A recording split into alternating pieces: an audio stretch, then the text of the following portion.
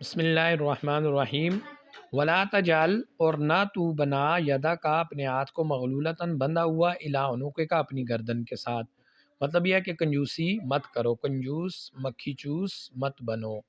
ولا تبسطا، اور نہ ہی اس کو کھول دو، کل البسط، مکمل طور پہ کھولنا، یعنی کھلا اتنا کھلا خرچ کرنا شروع کر دو، فتقعدا، پس تم بیٹھے رہ جاؤ، ملومن، ملامت کیے ہوئے، محصورہ، بے بس، اب اپنے پاس نہیں ہے دوسروں سے پھر مانگے گا۔ تو اس لیے بہتر یہ ہے کہ میانہ روی اختیار کرو، درمیانہ راستہ، اللہ کے راستے میں خرچ بھی کرو، غریبوں مسکینوں پہ بھی، والدین پہ بھی، لیکن اتنا ہاتھ کھلا نہ رکھو کہ جس سے خود تم محتاج ہو جاؤ۔ ان ربک، بے شک تیرا رب، یبسط، وہ بچھاتا ہے، پھیلاتا ہے، رزق کو، لمن یشاء، جس کے لیے چاہتا ہے، ویقدر، اور تنگ کرتا ہے وہ جس کے لیے چاہتا ہے۔ انہو، بے شک وہ، کانا ہے، بے عبادی، اپنے بندوں کے ساتھ، خبیرن، خبر رکھنے والا، بصیرہ، دیکھنے والا، وہ اپنے بندوں کے اوپر نظر بھی رکھے ہوئے ہے، رکھتا ہے اور دیکھ بھی رہا ہے۔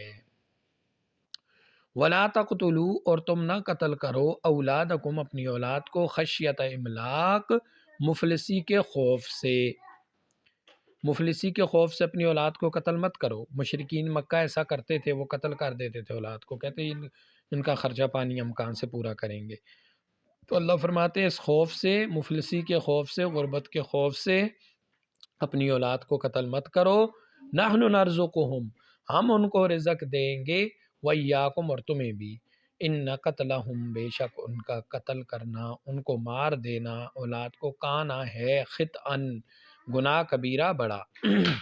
ولا تقربوا الزنا، اور زنا کے قریب بھی مت جاؤ، انہو، بے شک وہ، کانا فاحشہ، بہت بڑی بے حیائی ہے۔ زنا کرنا تو بہت بڑا گناہ ہے، اس کے قریب لے جانے والی چیزیں ان سے بھی بچو۔ نامحرم عورت کے ساتھ تنہائی میں بیٹھنا، بات کرنا، یا کوئی بھی ایسی چیز جو زنا کی طرف لے جانے والی ہو، اس سے بچو، یہ مطلب ہے قریب بھی مت جانے سے۔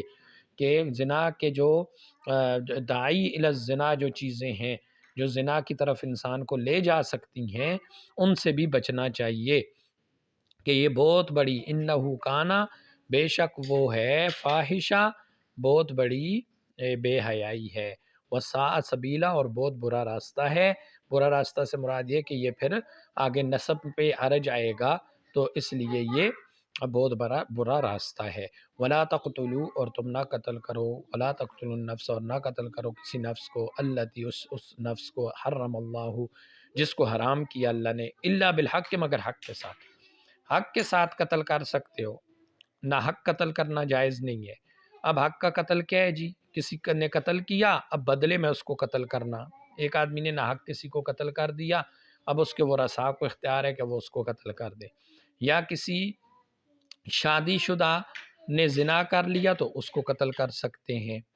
اور تیسرا کس کو قتل کر سکتے ہیں؟ جس نے اسلام کو چھوڑ کر کوئی اور مذہب اختیار کر لیا، مرتد ہو گیا، تو اس کو بھی قتل کیا جائے گا۔ باقی اس کے علاوہ کسی کو قتل کرنا جائز نہیں ہے۔ ہاں، دشمن جو کافر ہیں، جو مقابلے میں آگے، جہاد کے موقع پر جو سامنے آگے، ان کو تو پھر قتل کرنا یہ ضروری ہے۔ باقی مسلمانوں میں سے ایسا آدمی جس نے ناحق قتل کیا ہے، تو اس کو قتل کیا جائے گا بدلے میں۔ وہاں پہ بھی اللہ تعالیٰ نے اس چیز سے منع کیا ہے، اسراف سے، کہ اس کے بدلے میں کسی اور کو قتل نہیں کر سکتے۔ جس نے قتل کیا ہے اسی کو بدلے میں قتل کیا جائے گا، یہ نہیں کہ اس کے باپ کو مار دیا، اس کے بیٹے کو، جیسا کہ آج کل معاشرے میں یہ باتیں عام ہو گئی ہیں، کسی نے قتل کر دیا تو بدلے میں اس کا باپ مار دیا، بیٹا مار دیا، خاندانوں کے خاندان ختم ہو رہے ہیں، قتل ہو رہے ہیں، تو اس سے منع کیا گیا ہے۔ ومن قتلا، اور جو کوئی قتل کر دیا گیا، مظلومن، ظلم کے ساتھ، فقط جھالنا، تو ہم نے تحقیق ہم نے بنایا، لولی ہی، اس کے ولی کے لیے، اس کے ورثاء کے لیے، سلطانن، اختیار، ہم نے اس کو ولی کو اختیار دیا، اس کے ورثاء کو، کہ وہ اس کو بدلے میں قتل کرے۔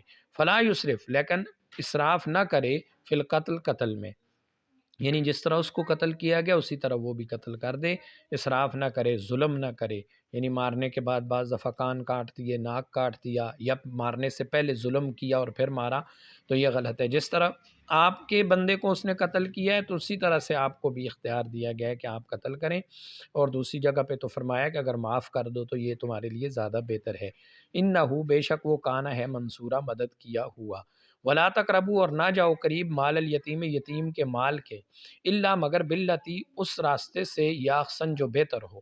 بہتر راستہ یہ ہے کہ اس کو بڑا ہونے تک انتظار کیا جائے، حتیٰ یبلغ اشدہ، یہاں تک کہ وہ اپنی جوانی کو پہنچ جائے، تو اس کے مال کی حفاظت کر رہے، چچا ماموں کوئی بھی یتیم کے مال کی حفاظت کر کے جب وہ جوانی کو پہنچ جائے تو اس کے حوالے کر دے، یہ اچھا طریقہ ہے۔